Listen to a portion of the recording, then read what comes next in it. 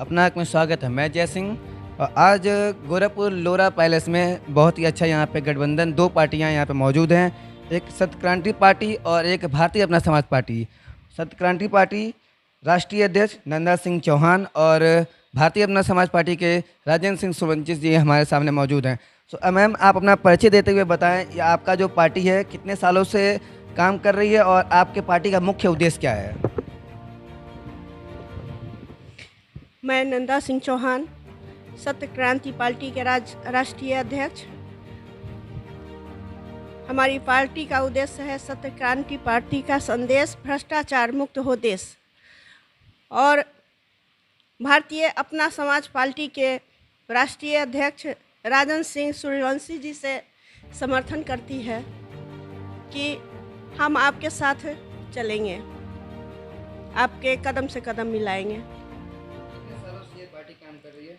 ये पार्टी 2016 से चल रही है। अभी कहाँ पे आपकी पार्टी काम कर रही है? ये पार्टी कुशीनगर, महाराजगंज, सुल्तानपुर, गोरखपुर, बस्ती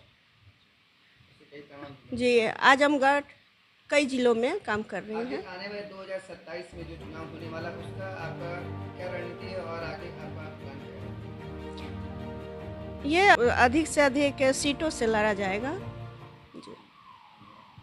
आप क्या कहना चाहेंगे?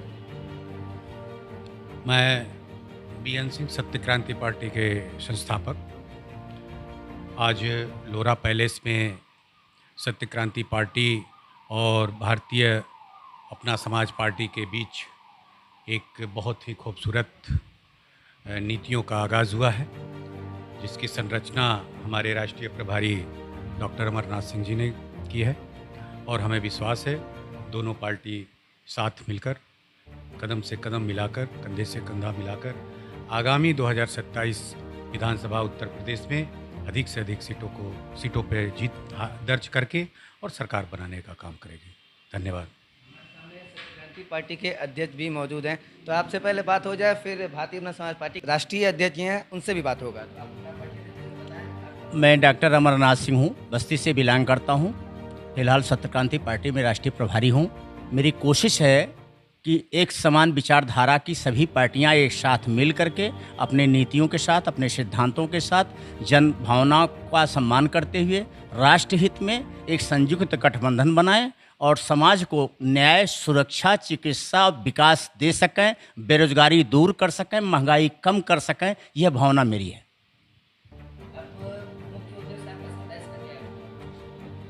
मेरा उद्देश्य नहीं है, ये लोकतांत्रिक व्यवस्था है, चुनाव आयोग की व्यवस्था है। लोकतांत्रिक व्यवस्था में ऐसा होता है कि जब भी विधानसभा चुनाव हो, लोकसभा चुनाव हो, सभी राजनीतिक पार्टियां चुनाव लड़ें और अपने अपने मुद्दों पर चुनाव लड़ें।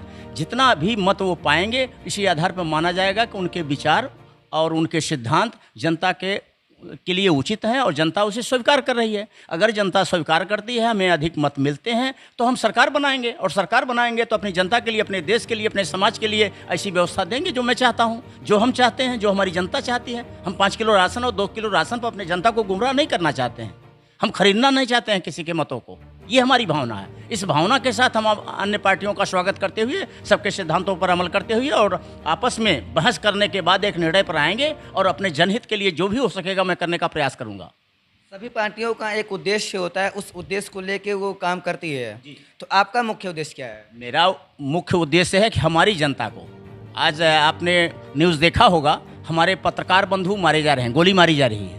हमारे देश की लड़कियां, हमारे ही देश की लड़कियां हैं, उनके साथ बेविचार किए जा रहे हैं। हमारे यहाँ जुडिशरी में भी न्याय सही नहीं मिल पा रहा है। किसी का न्याय होता है हाई कोर्ट में पेट्रोमैक्स चला के, और किसी के न्याय देने के लिए तारीख पर तारीख पड़ती जाती है। हम इस तरह की 2 तरीके की न्याय नहीं चाहते, हम एक तरह का न्याय चाहते हैं। हम विकास 24 घंटा चाहते हैं, हम पार्टियों के कार्य और दायित्व चाहते हैं। आज हमारा कौन विधायक, कौन सांसद, कौन प्रमुख जाता है, अगर कोई घटना घट जाती है, कोई जाता है अपने मतदाताओं के यहाँ कि आपके यहाँ ये दुखद घटना घट गई, मैं आया हूँ। मैं इन भावनाओं के साथ मैं चाहता हूँ कि हम बेटियाँ, बहनें, माताएँ सुरक्षित रहें और विकासशील रहें। शिक्षा की सुंदर व्यवस्था हो, सड़कों की सुंदर व्यवस्था हो, कहीं की भी कोई घटियापन न हो, मिलावटीपन ना हो, और बेरोजगारी दूर हो। महंगाई कम होगी जब बेरोजगारी दूर। आरक्षण जैसे मुद्दे को भटका करके, धर्म जैसे मुद्दे को भटका करके, जाति जैसे मुद्दे को भटका कर देश चलेगा? आज इतनी जातियां हमारे देश में हैं, क्या उसके आधार पर हम देश चला सकते हैं, नीति बना सकते हैं, पार्टी, राजनीतिक पार्टी खड़ा कर सकते हैं? लेकिन यही हो रहा है। हम उसके विरुद्ध अपने जनहित की भावनाओं को प्राथमिकता देते हुए ये काम करना चाहते हैं। इसी मुद्दे पर हम लोग सम्मानीय राजन सिंह जी के साथ, जो भारतीय अपना समाज पार्टी के राष्ट्रीय अध्यक्ष हैं, और माननीय मिश्रा जी, अवधेश मिश्रा जी के साथ बैठ करके विचार विमर्श किए हैं और इस निर्णय पर पहुंचे हैं कि हम दोनों पार्टियों का साथ मिलकर के लगातार कार्यक्रम, बारंबार प्रयास करेंगे जनता को जोड़ने का, जनता के साथ संवाद करने का, अच्छी नीति देने का, ईमानदारी से, कोई प्रलोभन नहीं, कोई ठगविद्यई नहीं, कोई धोखा नहीं। इस आधार पर हम लोग करना शुरू करेंगे। अब आगामी 23 मार्च को हमारी बैठक होगी। तो अभी हमने सत्य क्रांति पार्टी से भी बात किया और हमारे सामने भारतीय अपना समाज पार्टी के अध्यक्ष और राष्ट्रीय अध्यक्ष भी मौजूद हैं। तो सर, आप अपना परिचय देते हुए बताएं और आपका 27 में मुख्य उद्देश्य क्या होगा पार्टी में चुनाव लड़ने का? अवधेश कुमार मिश्रा, भारतीय अपना समाज पार्टी का राष्ट्रीय सचिव हूँ मैं। 2027 में हम सब काफ़ी सीटों से लड़ेंगे, जीत हासिल करेंगे और सरकार बनाएंगे। 2022 में लगभग 22 सीटों से हम सब चुनाव लड़े थे और इस बार 54 जिलों में हमारी एकदम समझिए घोषणा हो चुकी है कि हाँ, हम विधायक का चुनाव लड़ेंगे और ज़्यादा से ज़्यादा मत प्राप्त करके सरकार बनाएंगे। तो हमारे सामने राष्ट्रीय अध्यक्ष भी मौजूद हैं। मैं इनसे पूरा आलोचना करना चाहूँगा। जो अभी आप लोगों ने एक गठबंधन की भी बात हुई है दो पार्टियों के साथ, तो उस बारे में आप क्या बोलना चाहेंगे और 27 के बारे में आप क्या बताना चाहेंगे? सबसे पहले मैं अपना न्यूज हक चैनल के सभी दर्शकों को प्रणाम। राजन सिंह सूर्यवंशी, संस्थापक राष्ट्रीय अध्यक्ष भारतीय अपना समाज पार्टी परिवार के तरफ से सभी दर्शकों को और सभी भारतवासियों को प्रणाम, शुभकामनाएं। आज यहाँ लोरा पैलेस में सप्त क्रांति पार्टी के और भारतीय अपना समाज पार्टी के संयुक्त तत्वाधान में हुई महत्वपूर्ण बैठक में विभिन्न बिंदुओं पर चर्चाएं हुई, जिस पर मैं प्रकाश डालता हूं। उसके पूर्व मैं इस कार्यक्रम के संयोजक हमारे बड़े भैया माननीय डॉक्टर अमरनाथ सिंह साहब को मैं प्रणाम करता हूं, आभार व्यक्त करता हूं कि बहुत सुंदर प्लेटफार्म इन्होंने बनाया। उसी के साथ सप्त क्रांति पार्टी के राष्ट्रीय अध्यक्ष माननीय नंदा सिंह जी का धन्यवाद ज्ञापित करता हूं और सप्त क्रांति पार्टी के संस्थापक अध्यक्ष आदरणीय बीएन सिंह साहब का आभार व्यक्त करते हैं और भारतीय अपना समाज पार्टी के हमारे कदम से कदम मिलाकर चलने वाले साथी आदरणीय अवधेश कुमार मिश्र जी, राष्ट्रीय महासचिव, और मीडिया प्रभारी जय सिंह जी का आभार व्यक्त करते हुए कुछ बिंदुओं पर चर्चाएं हमारी हुई हैं। जैसा कि भारत एक लोकतांत्रिक देश है, भारत की संपूर्ण व्यवस्था राजनीतिक व्यवस्था के तहत संचालित होता है। पूरी दुनिया में दो ही व्यवस्था होती है, राजतंत्र और लोकतंत्र। भारत एक लोकतांत्रिक देश है और राजनीति से चुन के जाने वाला प्रतिनिधि ही देश का संचालन करता है और इसलिए राजनीतिक दल और राजनीतिक गतिविधियों का भारत में बड़ा अहम महत्व है।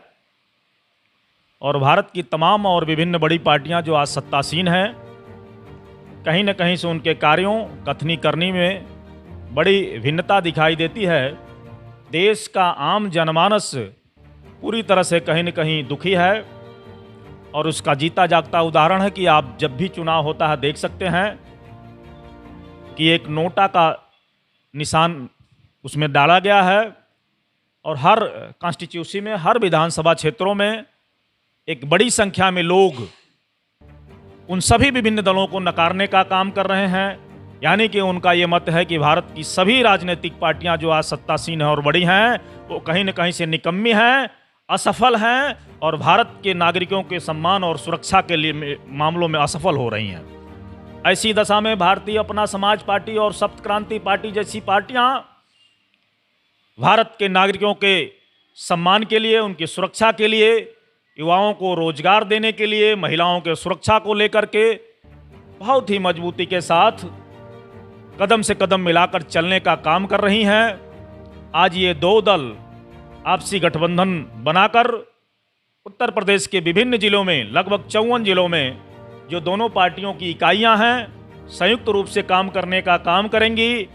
और निकट भविष्य में शीघ्र ही बहुत सारे ऐसे राजनीतिक दल हैं जो छोटे छोटे दल हैं, वो छोटे छोटे दल मिलकर उत्तर प्रदेश के सभी जनमानस के जरूरतों को, सभी जनमानस के सुरक्षा संबंधी बातों को, शिक्षा और स्वास्थ्य जैसी बिंदुओं को लेकर के मजबूती से काम करने का काम करेंगे, गठबंधन में शामिल होंगे। और ये गठबंधन और हम लोगों की भारतीय अपना समाज पार्टी और सप्त क्रांति पार्टी किसी भी राजनीतिक दल और किसी नेता का विरोध नहीं करती है, बल्कि उत्तर प्रदेश के जनमानस के हक और हुकूक की लड़ाई लड़ने का काम करेगी।